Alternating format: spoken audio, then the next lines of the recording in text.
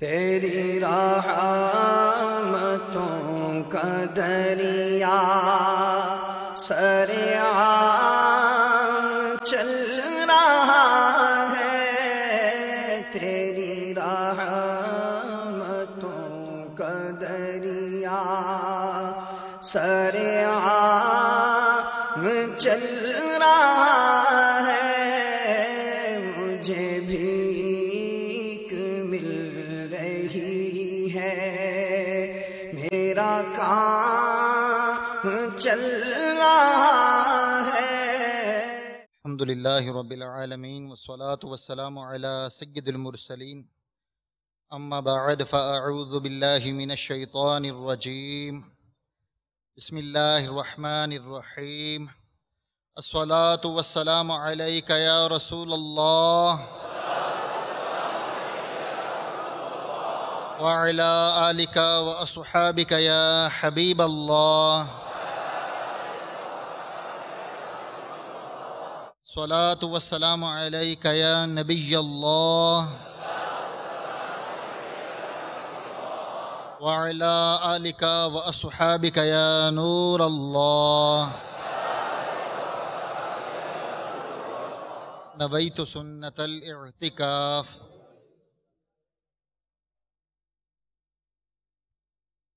کنز العمال میں ہے،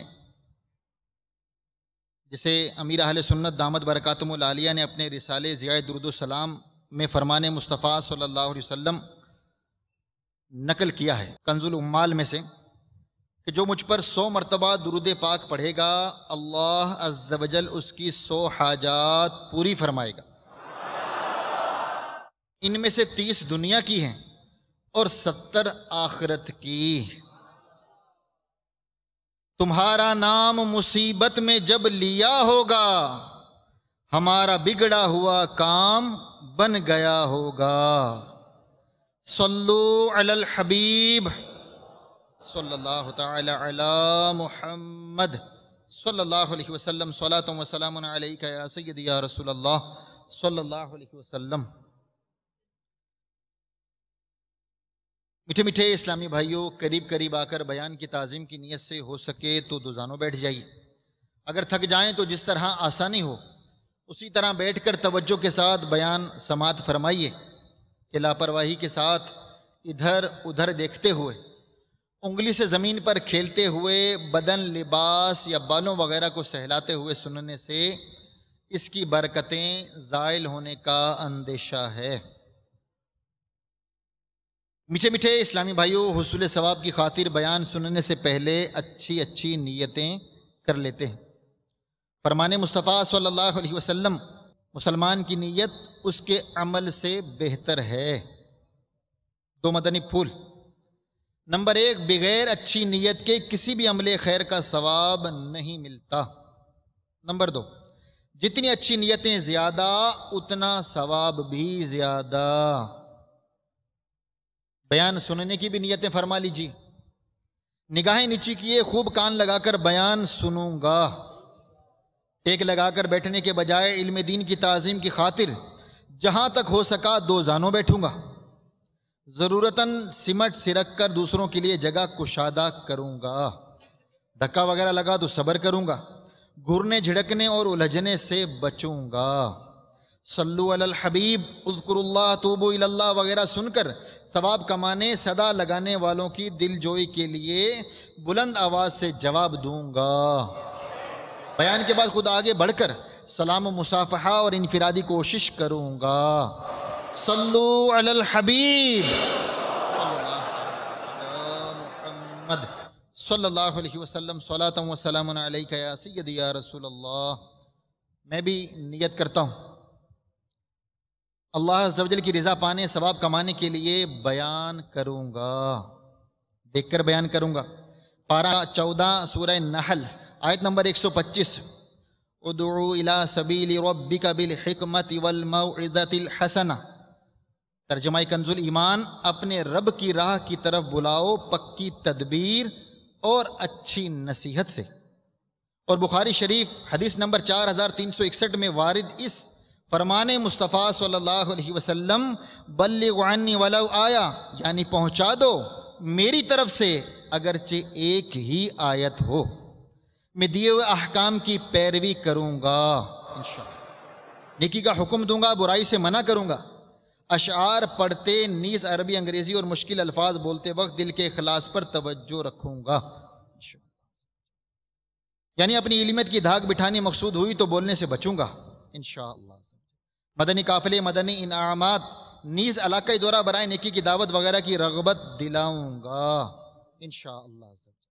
کہکا لگانے اور لگوانے سے بچوں گا، نظر کی حفاظت کا ذہن بنانے کی خاطر حتی الامکان نگاہیں نیچی رکھوں گا۔ صلو علی الحبیب صلی اللہ تعالی علی محمد صلی اللہ علیہ وسلم، صلاۃ و سلام علیکہ یا سیدی یا رسول اللہ صلی اللہ علیہ وسلم۔ میٹھے میٹھے اسلامی بھائیو، آج آپ کے سامنے بدشگونی سے متعلق مدنی پھول بیان کرنے کی سعادت حاصل کروں گا۔ بدشگونی ایسی بیماری ہے جو ساری دنیا میں پھیلی ہوئی ہے۔ سب سے پہلے آپ کے سامنے ایک حکایت اور اس سے حاصل ہونے والے مدنی پھول پیش کروں گا۔ اس کے بعد شگون کی قسمیں، قرآن پاک کی آیات، احادیث مبارکہ اور اس بارے میں اعلیٰ حضرت رحمۃ اللہ تعالی علیہ کا مبارک فتویٰ بھی آپ کے گوش گزار کرنے کی سعادت حاصل کروں گا۔ اس کے بعد بدشگونی کی چند مثالیں، بدشگونی کے نقصانات، بدشگونی کا علاج بھی بیان کروں گا، اور آخر میں لباس سے متعلق مدنی پھول بھی پیش کروں گا۔ ایک شخص کا بیان ہے کہ ایک مرتبہ میں اتنا تنگ دست ہو گیا کہ بھوک مٹانے کے لیے مٹی کھانی پڑی، مگر پھر بھی بھوک ستاتی رہی۔ میں نے سوچا کاش کوئی ایسا شخص مل جائے جو مجھے کھانا کھلا دے۔ چنانچہ میں ایسے شخص کی تلاش میں ایران کے شہر اہواز کی طرف روانہ ہوا، حالانکہ وہاں میرا کوئی واقف نہ تھا۔ جب میں دریا کے کنارے پہنچا تو وہاں کوئی کشتی موجود نہ تھی۔ میں نے اسے بدفعلی پر محمول کیا۔ پھر مجھے ایک کشتی نظر آئی تو میں نے دیکھا اس میں سوراخ تھا۔ یہ دوسری بدفعلی ہوئی۔ میں نے کشتی کے ملاح کا نام پوچھا تو اس نے دیوزادہ بتایا، جسے عربی میں شیطان کہا جاتا ہے۔ یہ تیسری بدفعلی ہوئی۔ بہرحال میں اس کشتی میں سوار ہو گیا۔ جب دریا کے دوسرے کنارے پر پہنچا تو میں نے آواز لگائی، اے بوجھ اٹھانے والے مزدور، میرا سامان لے چلو۔ اس وقت میرے پاس ایک پرانا لحاف اور کچھ ضروری سامان تھا۔ جس مزدور نے مجھے جواب دیا وہ ایک آنکھ والا یعنی کانا تھا۔ میں نے کہا یہ چوتھی بدفعلی ہوئی۔ میرے جی میں آئی کہ یہاں سے واپس لوٹ جانے میں ہی عافیت ہے، لیکن پھر اپنی حاجت کو یاد کر کے واپسی کا ارادہ ترک کر دیا۔ جب میں مسافر خانے پہنچا ابھی یہ سوچ ہی رہا تھا کہ کیا کروں، اتنے میں کسی نے دروازہ کھٹکھٹایا۔ میں نے پوچھا کون؟ جواب ملا میں آپ ہی سے ملنا چاہتا ہوں۔ میں نے پوچھا تم کیا جانتے ہو کہ میں کون ہوں؟ اس نے کہا ہاں۔ میں نے دل میں کہا یا تو یہ شیطان ہے یا پھر بادشاہ کا قاصد۔ میں نے کچھ دیر سوچنے کے بعد دروازہ کھول دیا۔ اس شخص نے کہا مجھے فلاں شخص نے آپ کے پاس بھیجا ہے اور یہ پیغام دیا ہے، اگرچہ میرا آپ سے اختلافات ہیں لیکن اخلاقی حقوق کی ادائیگی ضروری ہے۔ میں نے آپ کے حالات سنے ہیں، اس لیے مجھ پر لازم ہے کہ آپ کی ضروریات کی کفالت کروں۔ اگر آپ 1 یا 2 ماہ ہمارے ہاں قیام کریں تو آپ کی زندگی بھر کی کفالت کی ترکیب ہو جائے گی، اور اگر آپ یہاں سے جانا چاہتے ہیں تو یہ 30 دینار ہیں، انہیں اپنی ضروریات پر خرچ کر لیجئے اور تشریف لے جائیے، ہم آپ کی مجبوری سمجھتے ہیں۔ اس شخص کا یہ بیان ہے۔ اس سے پہلے میں نے کبھی 30 دینار کا مالک میں ہوا ہی نہیں تھا۔ نیز مجھ پر یہ بات بھی ظاہر ہو گئی کہ بدشگونی کی کوئی حقیقت نہیں۔ میٹھے میٹھے اسلامی بھائیوں، اس حکایت سے پتہ چلا کہ بدشگونی نام کی کسی چیز کو حقیقت سے اس کا کوئی تعلق نہیں۔ وہ شخص دوران سفر اپنے ذہن کے مطابق بدشگونیوں کا شکار ہوا اور یہ سوچنے لگا کہ اب سفر ختم کر کے واپس جانے میں ہی عافیت ہے، کیونکہ اس کے خیال کے مطابق اتنی ساری بدفعلیوں کے بعد اس کی حاجت کا پورا ہونا ممکنات میں سے نہیں تھا، لیکن اس کی حاجت شدید تھی، اس لیے سفر ختم نہ کیا۔ جب وہ وہاں پہنچا تو اس کی توقع کے برخلاف اسے اتنی رقم مل گئی جو اس سے پہلے اس نے کبھی نہیں دیکھی تھی۔ اپنی حاجت کی اس طرح پورا ہونے کے بعد اس نے یہ ذہن بنا لیا کہ بدشگونی کی کوئی حقیقت نہیں۔ میٹھے میٹھے اسلامی بھائیوں، شگون کا معنی ہے فعال لینا، یعنی کسی چیز، شخص، عمل، آواز یا وقت کو اپنے حق میں اچھا یا برا سمجھنا۔ اس کی بنیادی طور پہ دو قسمیں ہیں، برا شگون لینا، اچھا شگون لینا۔ چنانچہ اس بات کی وضاحت کرتے ہوئے علامہ محمد بن احمد انصاری رحمۃ اللہ تعالی علیہ فرماتے ہیں، اچھا شگون یہ ہے کہ جس کام کا ارادہ کیا ہو اس کے بارے میں کوئی کلام سن کر دلیل پکڑنا، یا اس وقت ہے کہ جب کلام اچھا ہو، اگر برا ہو تو بدشگونی ہے۔ شریعت نے اس بات کا حکم دیا ہے کہ انسان اچھا شگون لے کر خوش ہو اور اپنا کام خوشی خوشی پائے تکمیل تک پہنچائے، اور جب برا کلام سنے تو اس کی طرف توجہ نہ کرے اور نہ ہی اس کے سبب اپنا کام سے رکے۔ مفسر شہیر حکیم الامت حضرت مفتی احمد یار خان نعیمی رحمۃ اللہ تعالی علیہ لکھتے ہیں، اسلام میں نیک فعل لینا جائز ہے، بدفعلی، بدشگونی لینا حرام ہے۔ میٹھے میٹھے اسلامی بھائیوں، معلوم ہوا کہ کسی بھی چیز کو دیکھ کر اس سے نیک فعلی لینا جائز ہے۔ مثال کے طور پر ہم کسی کام کو جا رہے ہوں، کسی نے پکارا، یا رشید اے ہدایت یافتہ، یا سعید اے سعادت مند، اے نیک بخت، ہم نے خیال کیا کہ اچھا نام سنا ہے، انشاءاللہ عز و جل کامیابی ہوگی، یا کسی بزرگ کی زیارت ہو گئی، اس سے اپنے حق میں اچھا سمجھا، اب انشاءاللہ عز و جل مجھے اپنے مقصد میں کامیابی ملے گی، تو یہ اچھا شگون ہے۔ اسلام نے اسے پسند کیا ہے۔ جب کسی بھی چیز کو دیکھ کر اس سے بدشگونی، بدفعلی مراد لینا، اس سے اسلام نے منع کیا ہے۔ مثلا ایک شخص سفر کے ارادے سے گھر سے نکلا، راستے میں کالی بلی راستہ کاٹ کر گزر گئی۔ اب اس شخص نے یہ یقین کر لیا کہ اس کی نحوست کی وجہ سے مجھے سفر میں ضرور کوئی نقصان اٹھانا پڑے گا، سفر کرنے سے رک گیا، تو ایسا کرنا بدشگونی میں مبتلا ہونا ہے۔ اس سے شریعت نے منع کیا ہے۔ کسی شخص، جگہ یا چیز، وقت کو منحوس جاننے کا اسلام میں کوئی تصور نہیں، یہ محض وہمی خیالات ہوتے ہیں۔ قرآن کریم میں کئی جگہ پر بدشگونی کی ممانعت آئی ہے، چنانچہ اللہ عز و جل پارہ 9 سورہ اعراف کی آیت نمبر 131 میں فرعونیوں کے متعلق ارشاد فرمایا ہے، ترجمہ کنز ایمان، تو جب انہیں بھلائی ملتی کہتے یہ ہمارے لیے ہے، جب برائی پہنچتی تو موسیٰ اور اس کے ساتھ والوں سے بدشگونی لیتے۔ سن لو، ان کے مقدر کی شامت تو اللہ کے یہاں ہے، لیکن ان میں اکثر کو خبر نہیں۔ مفسر شہیر حکیم الامت حضرت مفتی احمد یار خان نعیمی رحمۃ اللہ تعالی علیہ اس آیت کے تحت لکھتے ہیں، جب فرعونیوں پر کوئی مصیبت، قحط سالی وغیرہ آتی تھی تو وہ لوگ حضرت موسیٰ علیہ السلام اور ان کے ساتھی مومنین سے بدشگونی لیتے تھے، کہتے تھے جب سے یہ لوگ ہمارے ملک میں ظاہر ہوئے ہیں تب سے ہم پر مصیبتیں اور بلائیں آنے لگی۔ مفتی صاحب مزید لکھتے ہیں، انسان مصیبتوں، آفتوں میں پھنس کر توبہ کر لیتا ہے، مگر وہ لوگ ایسے سرکش تھے کہ ان سب سے ان کی آنکھیں نہ کھلیں، بلکہ ان کا نفس اور سرکشی زیادہ ہو گئی۔ جب کبھی ان کو آرام دیتے، سستی چیزوں کی فراوانی ہوتی، تو وہ کہتے یہ آرام اور راحت ہماری اپنی چیزوں ہیں، ہم اس کے مستحق ہیں، نیز یہ آرام ہماری اپنی کوششوں سے ہے۔ ایک اور مقام پر پارہ 5 سورہ نساء کی آیت نمبر 78 میں یہودیوں کے متعلق ارشاد ہوتا ہے، ترجمہ کنز ایمان، اور انہیں کوئی بھلائی پہنچے تو کہیں یہ اللہ کی طرف سے ہے، اور انہیں کوئی برائی پہنچے تو کہیں یہ حضور کی طرف سے آئی، تم فرما دو سب اللہ کی طرف سے ہے، تو ان لوگوں کو کیا ہوا، کوئی بات سمجھتے معلوم ہی نہیں ہوتے۔ مفسر شہیر حکیم الامت حضرت مفتی احمد یار خان نعیمی رحمۃ اللہ تعالی علیہ اس آیت کے تحت لکھتے ہیں، جب حضور سید عالم صلی اللہ علیہ وسلم ہجرت فرما کر مدینہ پاک میں رونق افروز ہوئے تو یہود مدینہ کو دعوت اسلام دی، تو اکثر یہود نے سرکشی کرتے ہوئے حضور سید عالم صلی اللہ علیہ وسلم کی مخالفت پر کمر باندھ لی۔ ان میں سے بعض لوگ تکیہ کر کے اپنے کفر کو چھپاتے ہوئے کلمہ پڑھ کر مسلمانوں میں گھس آئے اور طرح طرح سے مسلمانوں کو نقصان پہنچانے لگے، جس کی سزا میں کبھی وہاں وقت پر بارش نہ ہوتی، کبھی پھل کم ہوتے، جیسا کہ گزشتہ امتوں کا حال ہوتا رہا ہے۔ تو مردود یہودی اور منافقین بولے کہ نعوذ باللہ ان صاحب محمد صلی اللہ علیہ وسلم کے قدم آنے سے ہمارے یہاں کی خیر و برکت کم ہو گئی، یہ سب مصیبتیں ان کی آمد سے ہوئیں۔ ان کی تردید میں یہ آیت کریمہ نازل ہوئی۔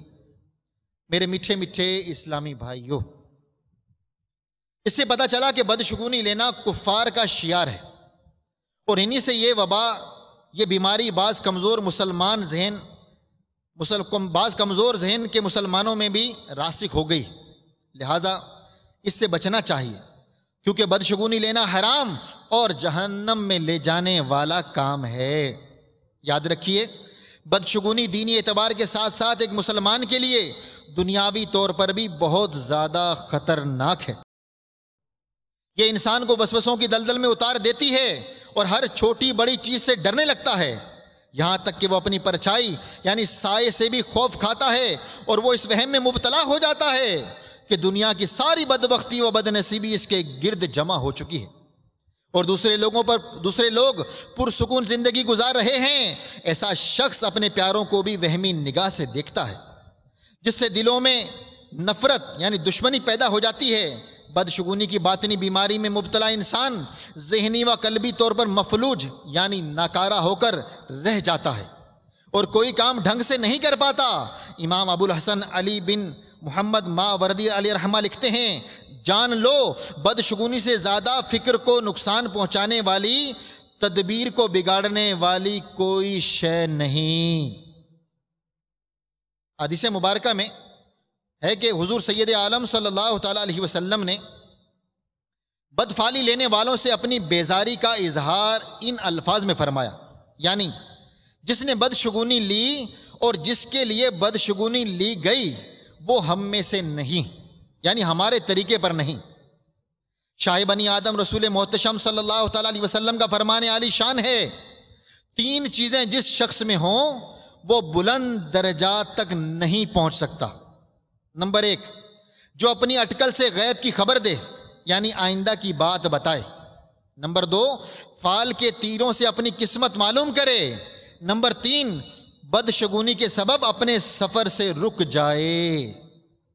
حضرت سیدنا معاویہ بن حکم رضی اللہ تعالیٰ عنہ بیان کرتے ہیں، میں نے بارگاہ رسالت مآب صلی اللہ علیہ وسلم میں عرض کی، یا رسول اللہ صلی اللہ علیہ وسلم، ہم زمانہ جاہلیت میں کچھ کام کرتے تھے، آپ ہمیں ان کا حکم بتائیے۔ ہم کاہنوں کے پاس جایا کرتے تھے۔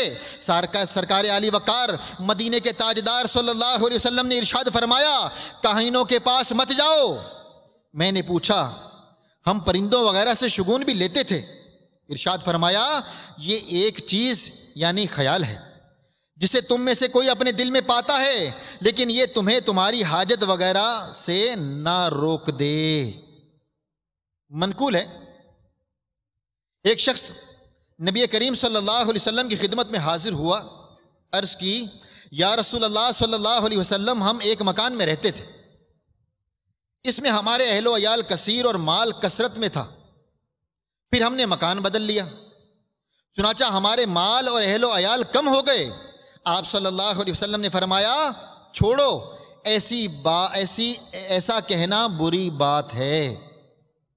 میٹھے میٹھے اسلامی بھائیوں، بدشگونی کی مذمت پر بیان کردہ احادیث مبارکہ سے معلوم ہوا کہ بدشگونی لینے والا بلند درجات پانے سے محروم رہتا ہے۔ ایسے شخص کے بارے میں نبی کریم صلی اللہ علیہ وسلم نے ارشاد فرمایا، ہمارے طریقے پر نہیں۔ اس طرح جب ایک صحابی رضی اللہ تعالیٰ عنہ نے اپنے مکان کے بارے میں شکایت کرتے ہوئے کہا کہ جب سے ہم اس مکان میں گئے ہیں تو ہمارے اہل و عیال اور مال میں کمی آ گئی ہے، تو پیارے آقا صلی اللہ علیہ وسلم نے فوراً اس خیال کی نفی کرتے ہوئے فرمایا، ایسا کہنا بری بات ہے۔ بدقسمتی سے یہ بدشگونی ہمارے معاشرے میں اس قدر عام ہے کہ ہم بات بات پر اس بری عادت کے مرتکب ہوتے ہوئے نظر آتے ہیں۔ مثلا کبھی نوکری کے لیے جاتے ہوئے راستے میں ایمبولینس یا فائر بریگیڈ کی آواز سن کر یہ ذہن بنا لیتے ہیں کہ آج ناکامی مقدر میں ہے۔ کبھی پہلا گاہک سودا لیے بغیر چلا جائے تو دکاندار اسے بدشگونی سمجھتے ہیں۔ اسی طرح حاملہ عورت کو میت کے قریب نہیں جانے دیتے۔ کبھی جوانی میں بیوہ ہو جانے والی عورت کو منحوس کہہ کر دل آزاری، تہمت، بدگمانی اور طرح طرح کے برے القاب سے پکارا جاتا ہے۔ یاد رکھیے، اسلام نے اس طرح کسی کو منحوس سمجھنے کو حرام قرار دیا ہے۔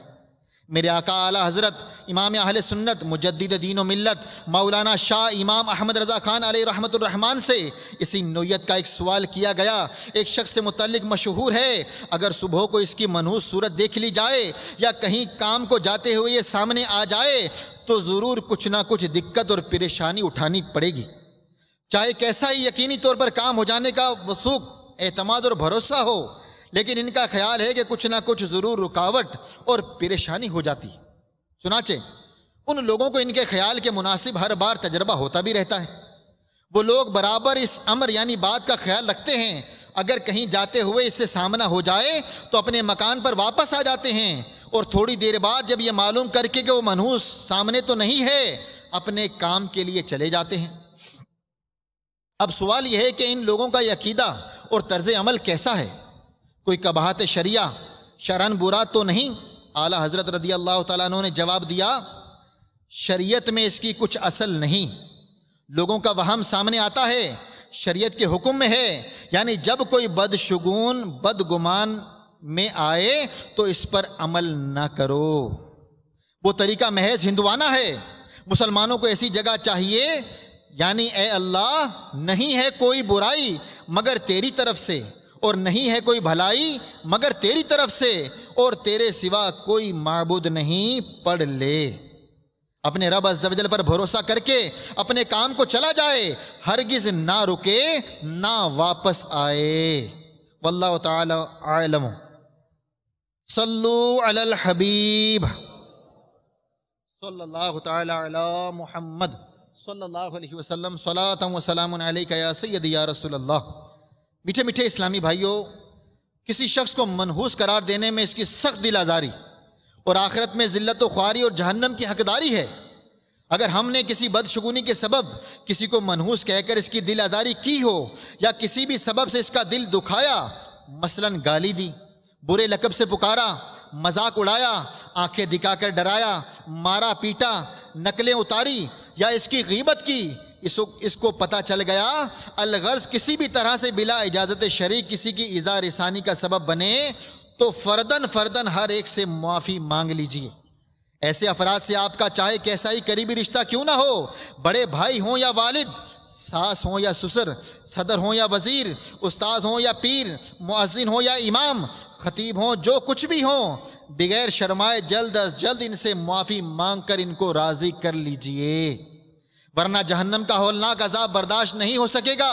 حضرت سیدنا یزید بن شجارہ رحمۃ اللہ تعالی علیہ فرماتے ہیں، جس طرح سمندر کے کنارے ہوتے ہیں اسی طرح جہنم کے بھی کنارے ہوتے ہیں، جن میں بختی اونٹوں جیسے سانپ اور خچروں جیسے بچھو رہتے ہیں۔ اہل جہنم جب عذاب میں کمی کے لیے فریاد کریں گے تو حکم ہوگا کناروں سے باہر نکلو، جو ہی نکلیں گے وہ سانپ انہیں ہونٹوں اور چہروں سے پکڑ لیں گے، ان کی کھال تک اتار لیں گے، وہ لوگ وہاں سے بچنے کے لیے آگ کی طرف بھاگیں گے تو پھر ان پر کھجلی مسلط کر دی جائے گی، وہ اس قدر کھجائیں گے کہ ان کا گوشت پوش سب جھڑ جائے گا اور صرف ہڈیاں رہ جائیں گی۔ پکار پڑے گی، اے فلاں کیا تجھے تکلیف ہو رہی ہے؟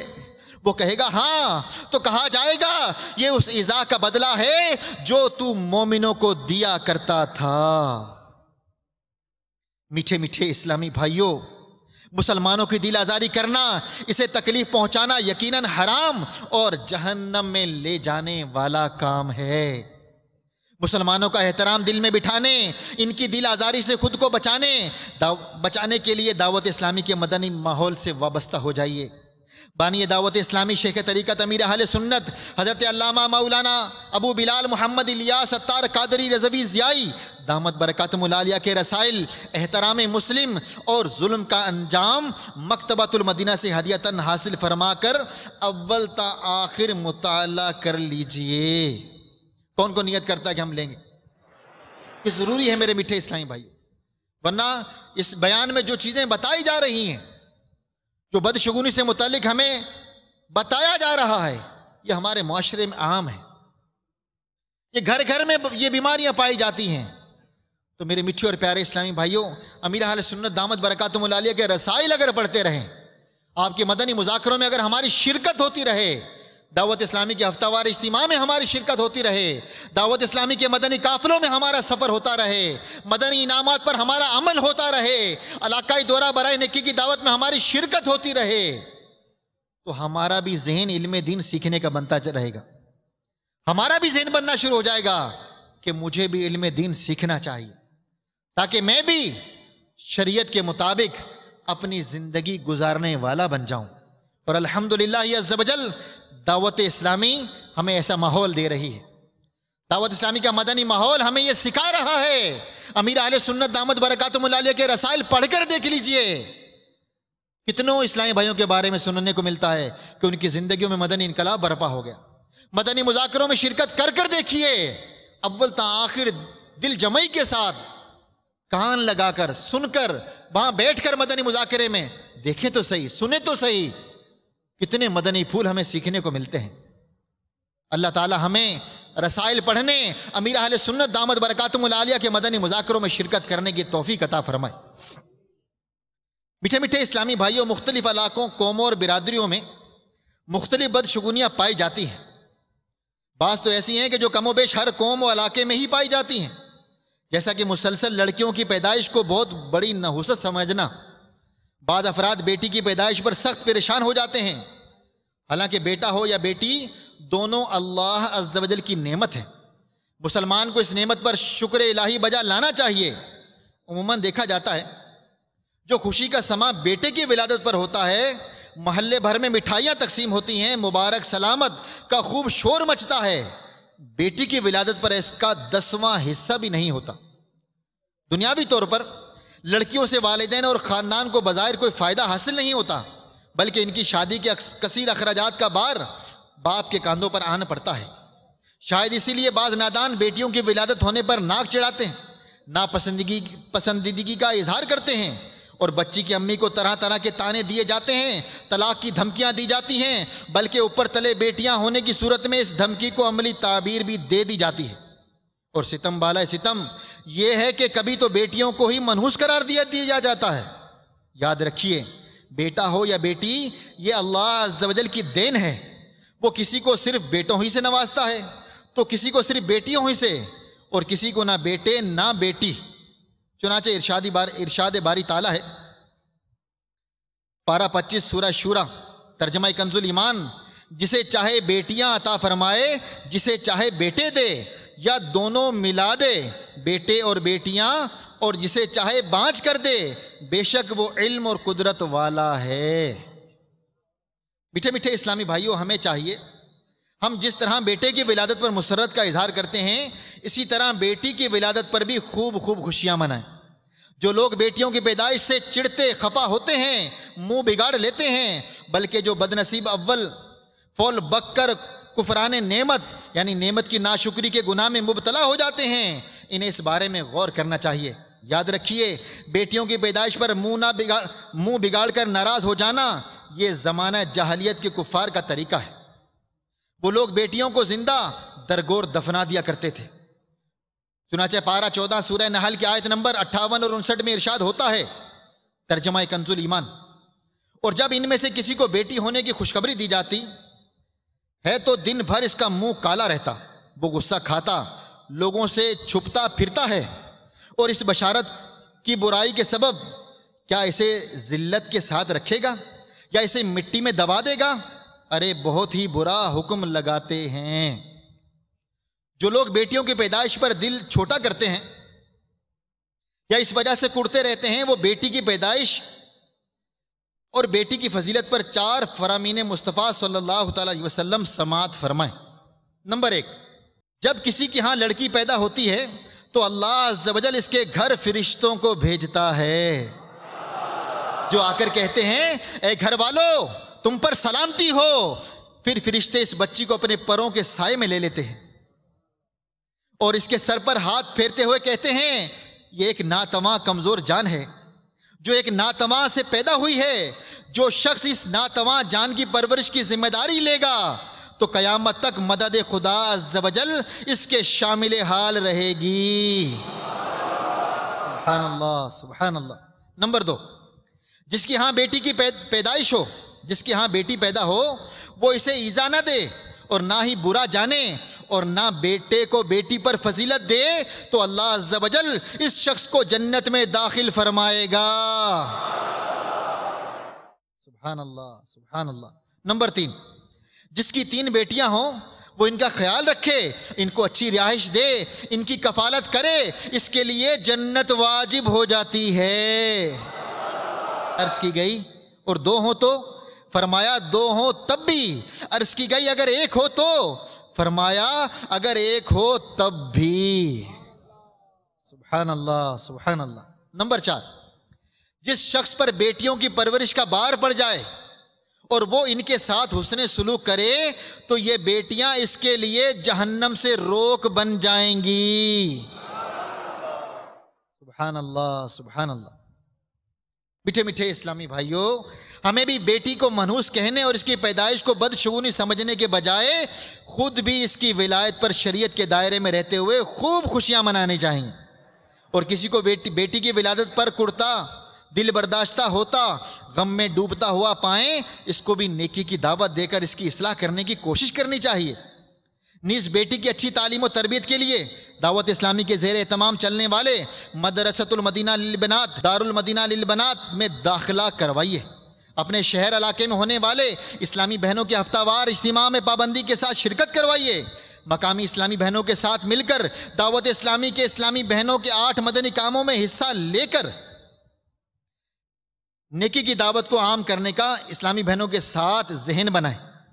اگر آپ کی بیٹی بڑی ہو گئی ہیں اور مگر ابھی تک قرآن نہیں پڑھا تو دعوت اسلامی کے تحت چلنے والے مدرسۃ المدینہ بالغات میں داخل کروائیے، جہاں اسلامی بہنیں قرآن پاک پڑھانے کے ساتھ ساتھ اسلامی بہنوں کے ضروری مسائل بھی انہیں سمجھاتی ہیں، سکھاتی ہیں، مبلغہ بناتی ہیں، معلمہ بناتی ہیں، ماں باپ کا ادب سکھاتی ہیں، گھر میں مدنی ماحول بنانے کے مدنی پھول عطا فرماتی ہیں، اور اس کے علاوہ اولاً بالخصوص بیٹی کی بہتر پرورش سے متعلق مدنی پھول حاصل کرنے کے لیے مکتبۃ المدینہ کا رسالہ اولاد کے حقوق اور بیٹی کی پرورش کا مطالعہ بھی بے حد مفید ہے۔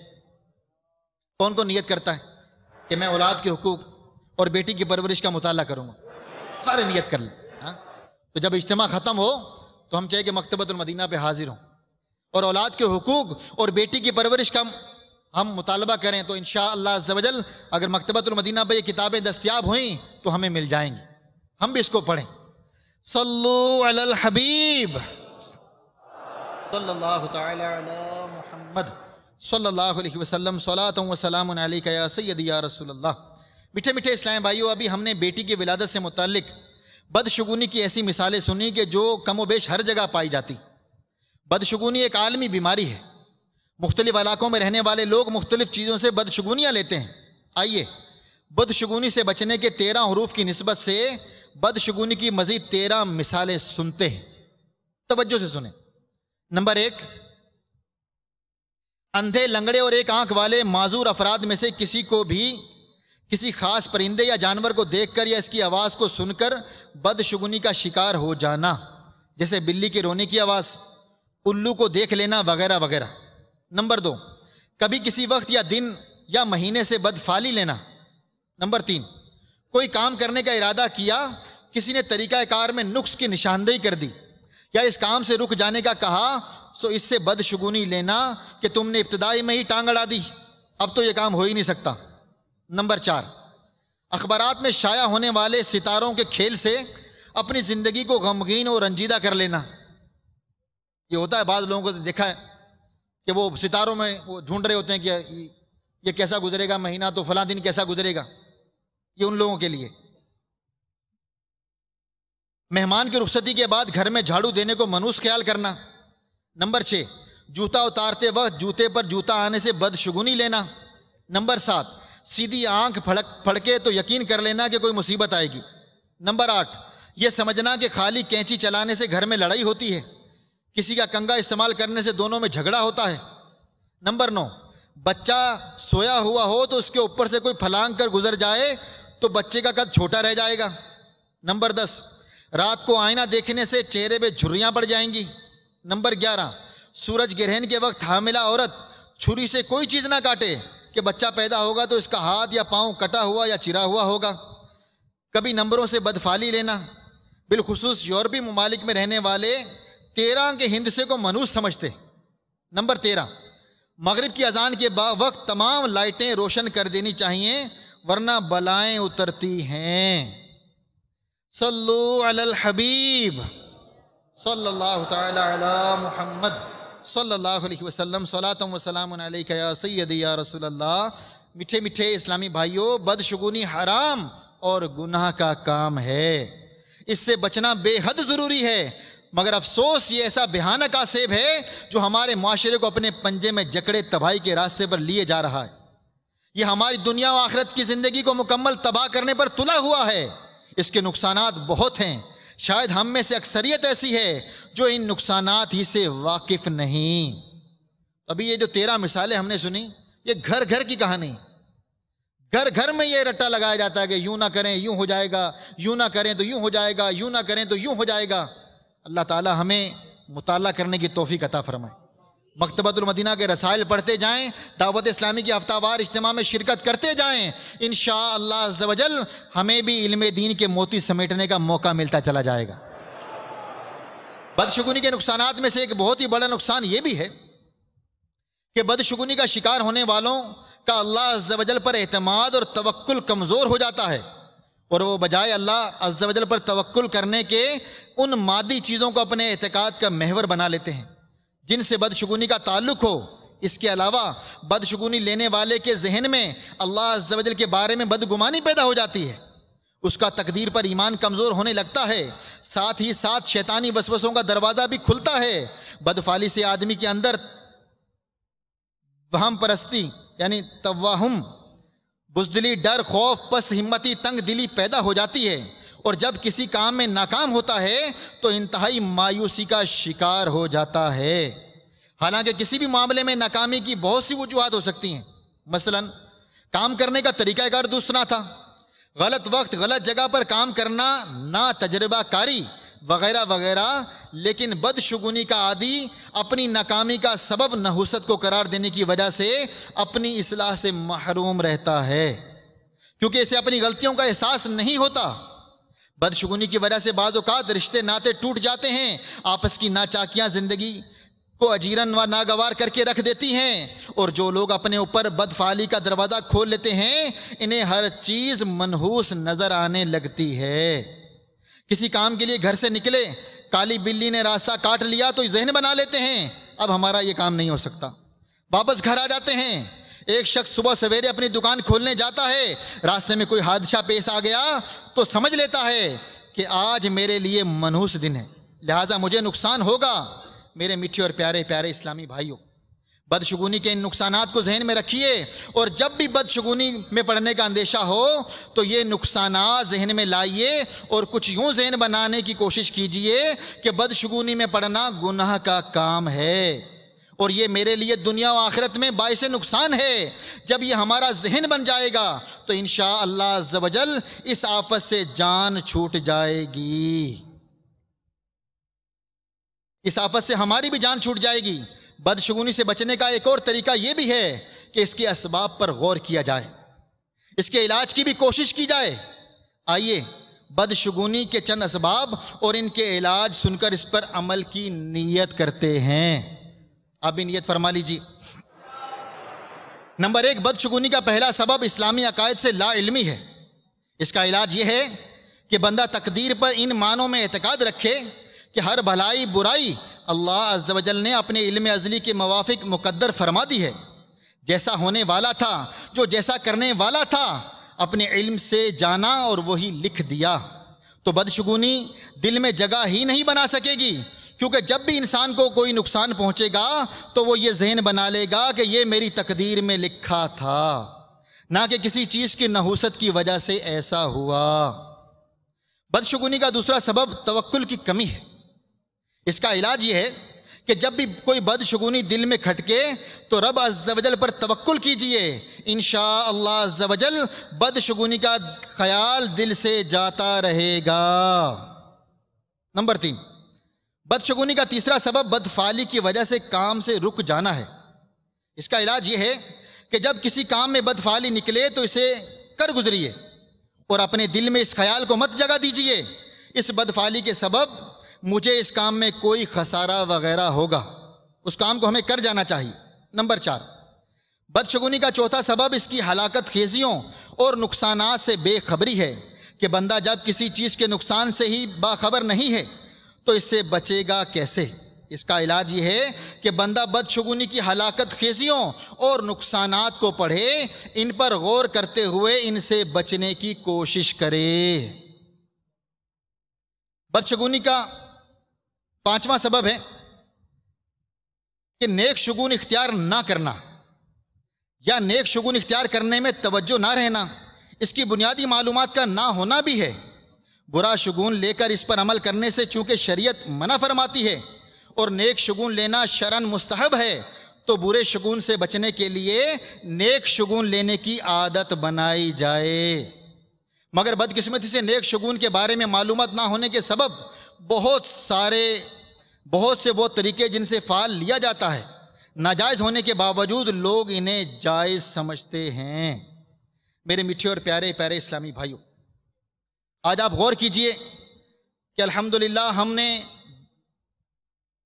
بدشگونی سے متعلق اس سے بچنے کے طریقے اور یہ کیسے پیدا ہوتی ہے ہم نے بہت کچھ سیکھا۔ تو ہمیں چاہیے کہ ہم بھی ہفتہ وار اجتماع کی پابندی کریں، ہم بھی دعوت اسلامی کے ہفتہ وار اجتماع کی پابندی کرتے ہوئے اس میں اول تا آخر شرکت کرنے کا ذہن بنا لیں، اور دعوت اسلامی کے مدنی قافلوں میں سفر کریں کہ جب مدنی قافلوں میں اسلامی بھائی سفر کرتے ہیں تو دیکھا گیا ہے کہ الحمدللہ ان اسلامی بھائیوں کا علم دین سیکھنے کا ذہن بجنا شروع ہو جاتا ہے۔ وہ اسلامی بھائی گناہوں کو چھوڑ کر نیکیوں کی طرف جانے کی جستجو میں لگ جاتے ہیں، نیک عمل کرنے کی جستجو میں لگ جاتے ہیں۔ تو میرے میٹھے اور پیارے پیارے اسلامی بھائیوں، الحمدللہ کئی اسلامی بھائی ایسے ہیں جو بتاتے ہیں کہ جنہوں نے مدنی قافلوں میں جب سفر کیا تو ان کی زندگیوں میں مدنی انقلاب برپا ہو گیا۔ کسی نے 3 دن کے مدنی قافلے میں سفر کیا، 12 دن کے مدنی قافلے میں سفر کیا، کسی نے 12 ماہ کے مدنی قافلے میں جب سفر کیا تو الحمدللہ عز و جل ڈھیروں برکتیں سمیٹنے والا بن گیا۔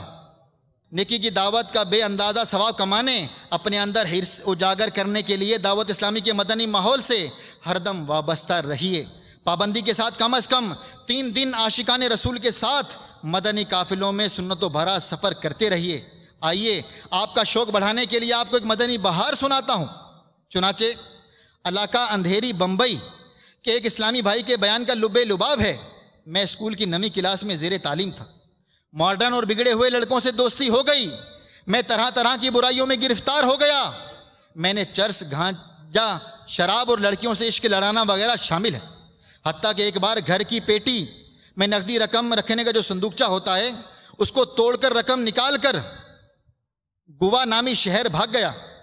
بالآخر واپس گھر آ گیا، اسکول کو خیر آباد کہہ کر اے سی کی ریپیرنگ کا کام شروع کر دیا، سیکھنا شروع کر دیا۔ چند ماہ کے بعد دعوت اسلامی والے ایک عاشق رسول نے مجھے ہفتہ وار سنتوں بھرے اجتماع میں دعوت دی، مگر میں نے ٹال دیا۔ اس بیچارے نے کئی بار ملاقاتیں کر کے مجھ پر انفرادی کوشش کی، مگر میں اجتماع میں جانے کے لیے راضی نہ ہوا۔ ایک بار وہی اسلامی بھائی میرے بڑے بھائی پر انفرادی کوشش کر رہے تھے، میں وہاں پہنچ گیا۔ بھائی جان نے اس اسلامی بھائی سے اپنے لیے معذرت چاہتے ہوئے میری طرف رخ کر کے کہا، تم مدنی قافلے میں چلے جاؤ۔ میں نے نہ کہنے والا تھا کہ منہ سے بے اختیار ہاں نکل گئی، حالانکہ میں یہ تک نہیں جانتا تھا کہ مدنی قافلہ کیا ہوتا ہے۔ بہرحال میں نے تیاری کر لی اور عاشقان رسول کے ساتھ سنتوں کی تربیت کے مدنی قافلے میں سفر پر روانہ ہو گیا۔ الحمدللہ عز و جل مدنی قافلے نے مجھے بدل کر رکھ دیا، میری آنکھیں کھل گئیں، گناہوں سے نفرت اور نیکیوں سے پیار ہو گیا۔ میں نے گناہوں بھری زندگی سے توبہ کی، نمازوں کی پابندی شروع کر دی۔ مدنی قافلے نے گناہوں بھرے ماحول میں پلنے والے مجھ سخت نافرمان بندے کو نمازی اور سنتوں کا عادی بنا دیا۔ یہ بیان دیتے ہوئے الحمدللہ عز و جل دنیا اہل سنت کی عظیم ترین درس گاہ جامعہ اشرفیہ مبارک پور میں درس نظامی کرنے کی سعادت حاصل کر رہا ہوں۔ چھوٹ جائیں گناہ آپ پائیں پناہ، تھوڑی ہمت کریں قافلے میں چلو، تم سدھر جاؤ گے ادھر آؤ گے، سیکھنے سنتیں قافلے میں چلو، فضل مولا سے جب آئیں گے پائیں گے، جذبہ علم دین قافلے میں چلو۔ صلو علی الحبیب صلی اللہ تعالی علی محمد صلی اللہ علیہ وسلم، صلاۃ و سلام علیک یا سیدی یا رسول اللہ صلی اللہ علیہ وسلم۔ دیکھیے میرے میٹھے اور پیارے اسلامی بھائیو، کیسا نوجوان تھا اور اس کی زندگی میں کیسا مدنی انقلاب برپا ہو گیا۔ آپ بھی نیت فرما لیجئے، آپ کم از کم ہر ماہ کی نیت کر لیجئے، اور جو مدنی چینل کے ناظرین ہیں وہ بھی نیت کر لیجئے کہ اسلامی بھائی نیت کر لیں گے مہینے میں کم از کم 3 دن کے مدنی قافلے میں ضرور سفر کریں۔ حاضرین بھی نیت کر لیں کہ ہر ماہ 3 دن مدنی قافلے میں ضرور سفر کریں گے۔ میرے میٹھے اور پیارے اسلامی بھائیو، جب ہماری یہ عادت بن جائے گی تو انشاءاللہ عز و جل پھر مدنی قافلے کی بہاریں سمیٹنے میں بھی ہمیں مزہ آئے گا، خوب علم دین حاصل ہوگا، اور ہمارا ذہن بن جائے گا کہ مجھے نیک بننا ہے، مجھے اس دنیا میں رہتے ہوئے اللہ تعالیٰ کو راضی کرنا ہے، اس کے پیارے محبوب صلی اللہ علیہ وسلم کو راضی کرنا ہے۔ جب ہمارا ذہن بن جائے گا تو انشاءاللہ عز و جل پھر دعوت اسلامی کے مدنی ماحول میں شامل ہو کر اللہ نے چاہا تو ہم بھی کامیابی کی طرف ہمارا بھی سفر شروع ہو جائے گا۔ میٹھے میٹھے اسلامی بھائیوں، بیان کو اختتام کی طرف لاتے ہوئے سنت کی فضیلت اور چند سنتیں اور آداب بیان کرنے کی سعادت حاصل کرتا ہوں۔ تاجدار رسالت، شہنشاہ نبوت، مصطفیٰ جان رحمت، شمع بزم ہدایت، نوشائے بزم جنت صلی اللہ علیہ وسلم کا فرمان جنت نشان ہے، جس نے میری سنت سے محبت کی اس نے مجھ سے محبت کی، اور جس نے مجھ سے محبت کی وہ جنت میں میرے ساتھ ہوگا۔ سینہ تیری سنت کا مدینہ بنے آقا، جنت میں پڑوسی مجھے تم اپنا بنانا۔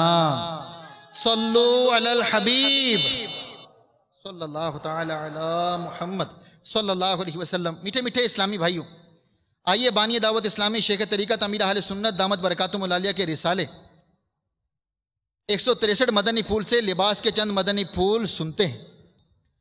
فرمان مصطفیٰ صلی اللہ علیہ وسلم ہے، جن کی آنکھوں اور لوگوں کے ستر کے درمیان پردہ ہے، یہ ہے کہ جب کوئی کپڑا اتارے تو بسم اللہ کہہ لے۔ مفسر شہیر حکیم الامت حضرت مفتی احمد یار خان نعیمی رحمۃ اللہ تعالی علیہ فرماتے ہیں، جسے دیوار اور پردے لوگوں کی نگاہ کے لیے آڑ بنتے ہیں، ایسے ہی اللہ عز و جل کا ذکر جنات کی نگاہوں سے آڑ بنے گا۔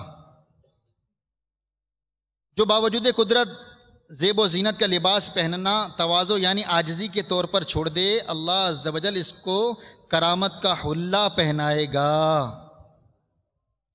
لباس حلال کمائی سے ہو اور جو لباس حرام کمائی سے حاصل ہوا ہو، اس میں فرض اور نفل کوئی نماز قبول نہیں ہوتی۔ اسی طرح پاجامہ پہننے میں پہلے سیدھے پائنچے میں سیدھا پاؤں داخل کیجئے، اور جب کرتا یا پاجامہ اتارنے لگیں تو اس کے برعکس الٹ کیجئے، یعنی الٹی طرف سے شروع کیجئے۔ دعوت اسلامی کے اشاعتی ادارے مکتبۃ المدینہ کی مطبوعہ 1197 صفحات پر مشتمل کتاب بہار شریعت جلد 3 صفحہ نمبر 409 پر ہے، سنت یہ ہے کہ دامن کی لمبائی آدھی پنڈلی تک ہو اور آستین کی لمبائی زیادہ سے زیادہ انگلیوں کے پوروں تک اور چوڑائی 1 بالشت ہو۔ سنت یہ ہے کہ مرد کا تہبند یا پاجامہ ٹخنے سے اوپر رہے۔ مرد مردانہ اور عورت زنانہ ہی لباس پہنے۔ چھوٹے بچوں اور بچیوں میں بھی اس بات کا لحاظ رکھے۔ تکبر کے طور پر جو لباس ہو وہ ممنوع ہے۔ تکبر ہے یا نہیں اس کی شناخت یوں کرے، ان کپڑوں کے پہننے سے پہلے جو اپنی حالت پاتا تھا، اگر پہننے کے بعد بھی وہی حالت ہے تو معلوم ہوا کہ ان کپڑوں سے تکبر پیدا نہیں ہوا۔ اگر وہ حالت اب باقی نہیں رہی تو تکبر آ گیا۔ لہٰذا ایسے کپڑے پہننے سے بچنا ہی چاہیے۔ اللہ عز و جل ہم سب کو مدنی قافلوں میں سفر کرنے، مدنی انعامات پر عمل کرنے اور 12 مدنی کاموں کی دھومیں مچانے کی توفیق عطا فرمائے، اور ہم سب کو بدشگونی سے بچنے کی اللہ پاک توفیق عطا فرمائے۔ آمین بجاہ النبی الامین صلی اللہ علیہ وسلم۔ تیری رحمتوں کا دریا سرعام چل رہا ہے، تیری رحمتوں کا دریا سرعام چل رہا ہے، مجھے بھیک مل رہی ہے، میرا کام چل رہا